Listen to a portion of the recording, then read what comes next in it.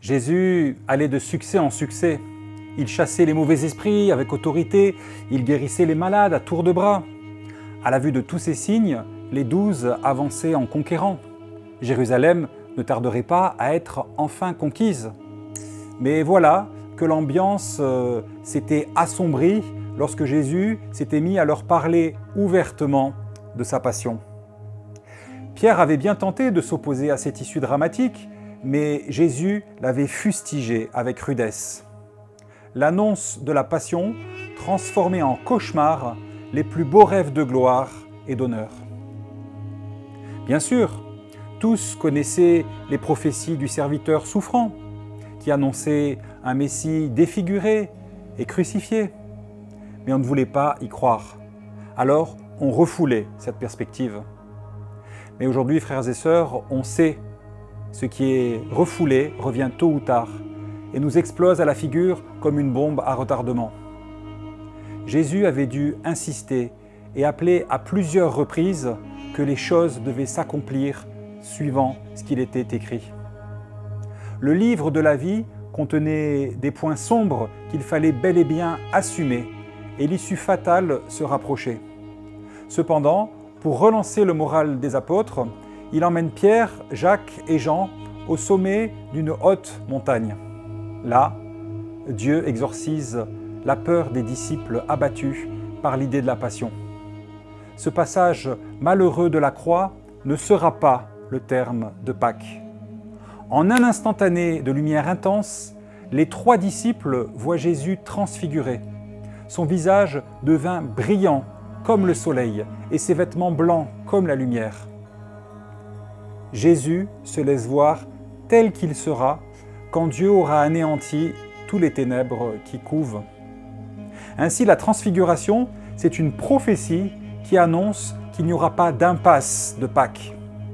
Certes, Jésus souffrira, certes, Jésus sera plongé dans la mort, mais il ressuscitera et il fera resplendir la vie. Pour les disciples, c'est l'heure de contempler par avance la gloire de Jésus par-delà la croix.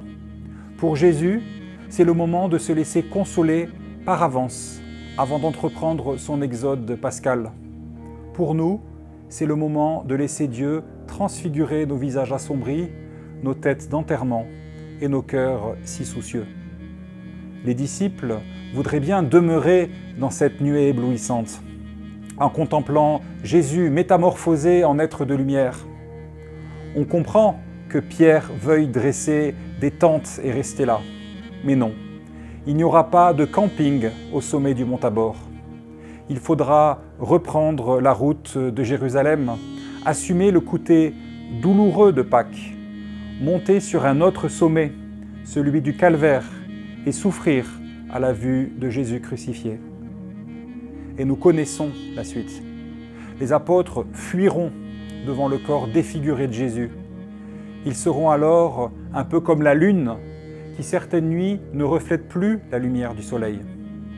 Mais le soleil, lui, n'abandonne pas la lune. Il revient sans cesse l'illuminer de nouveau. Lunatiques, oui, nous le sommes. Tantôt pleins d'éclat, d'enthousiasme, radieux. Tantôt harassés par nos inquiétudes, par nos soucis, par le sentiment que la route est parfois trop dure et l'horizon bouché. Mais Dieu, lui, n'est pas lunatique. Il est lumière sans déclin qui vient dissiper nos ténèbres et transfigurer nos vies souvent ombrageuses. Finalement, la lumière éblouissante dont Jésus est enveloppé raconte cet ailleurs où nous allons toutes et tous. Si l'Église nous fait entendre ce récit de transfiguration au cours du carême, c'est pour nous rappeler que le terme glorieux de Jésus sera aussi le nôtre.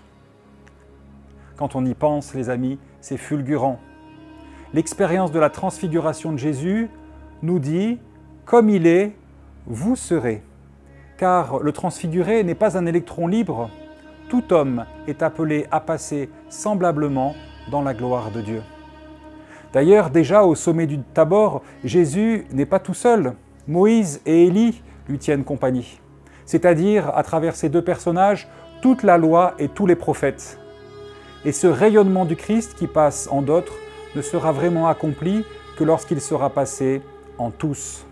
Alors, frères et sœurs, demandons à l'Esprit de transfigurer nos vies en les fondant dans celles du Christ vivant. Et croyant, comme l'affirme saint Paul dans sa lettre aux Corinthiens, nous tous reflétons, comme en un miroir, la gloire du Seigneur, car nous sommes transfigurés en son image même. Bonne suite de carême à toutes et à tous.